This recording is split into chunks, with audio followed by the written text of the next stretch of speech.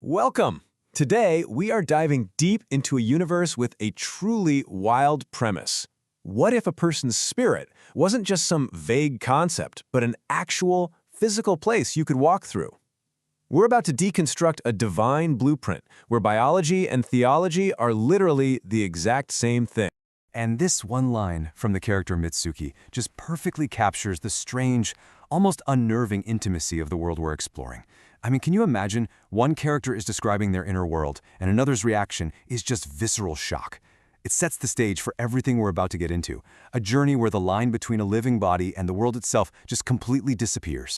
And the response Mitsuki gets is profound. It's more like you are journeying within my spirit. Now that's not just some pretty poetry, it's the fundamental physics of this universe. A spirit is a real, tangible place. It's a complex system, an entire reality you can literally walk through. So are we talking about biology or metaphysics? Well, the answer is both. And that's exactly what we're going to break down. Okay, so to get our heads around this, we're going to tackle it in 5 key parts. We'll start with the arc as a blueprint, then explore the idea of arcology, map out the divine cosmic order, follow the soul's journey home, and finally, see how all of this comes together to build a divine sanctuary. First up, the Ark as a blueprint. We're going to take the familiar concept of the Ark of the Covenant and watch how it gets totally re-engineered from just a sacred box into the plan for a living, breathing system. So in this universe, the Ark's building materials are basically a kind of code. The acacia wood, that symbolizes how all life is connected. But the gold, that's even more fascinating. The Latin word for gold is aurum, which, get this, is the root of our word aura. Here, it literally represents the spiritual presence and energy of a living being. Okay, so if the Ark is a blueprint for a self-contained system of life and spirit, what does that actually look like when you build it? Well, the answer is something called arcology. This idea of fusing architecture and ecology to create a massive, completely self-sustaining world inside a single structure. And this is where you see the brilliant evolution of the whole idea. The ark starts as a physical object, right? Then it evolves into a symbol for a whole community. Then you apply ecological principles and it becomes a self-sustaining system. And all of this leads to a mind-bending conclusion. The human body itself is an arcology, a tiny version of the entire universe in perfect harmony. So if the human body is a self-contained universe, an arcology, then it has to be governed by a set of rules, right? And that brings us to our next section, the divine cosmic order. This is basically the instruction manual for this whole reality. Right at the top of this cosmic order, you've got the divine trinity, which basically acts as the command structure for the universe.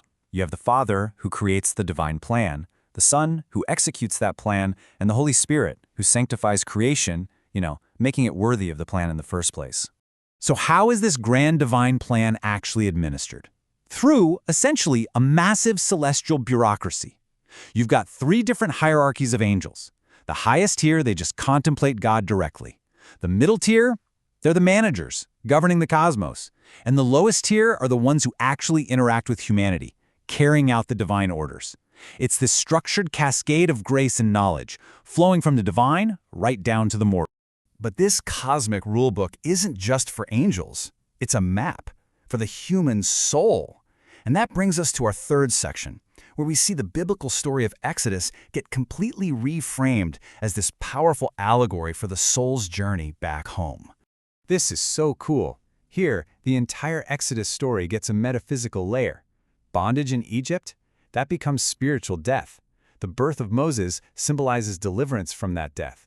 The 10 plagues are a kind of spiritual warfare. Parting the Red Sea is a collective baptism. And that whole 40-year journey through the desert? That's a process of purgation, of unlearning slavery to get ready for heaven. It's a complete roadmap to salvation. So, how do the characters actually use all this incredibly dense spiritual knowledge? Well, this brings us to our next section, where all this metaphysics becomes practical. They apply this divine blueprint to achieve a very real, very tangible goal, teleporting an entire house to a safe dimension.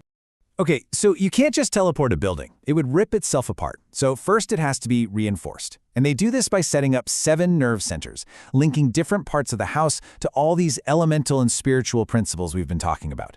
This turns the building into more than just a structure. It becomes a living, cohesive organism, supercharged with energy and ready to make the jump. But reinforcing the house is only half the battle. A hostile army is watching their every single move, just waiting for them to try something. So success depends entirely on a brilliant deception, one that will manipulate the enemy's very perception of reality itself. And the plan is genius. They create a perfect but completely hollow duplicate of the house and just leave it behind. So while the enemy army is staring at a phantom, the real house, filled with all its people and powered by those new nerve centers, teleports to safety on Mount Olympus. It's a victory won not with brute force, but with a total mastery of reality. Which leaves us with one final provocative question. In a war where faith and metaphysics are actual weapons, victory isn't just about who's strongest. When you can literally build your own reality, what does it truly take to win?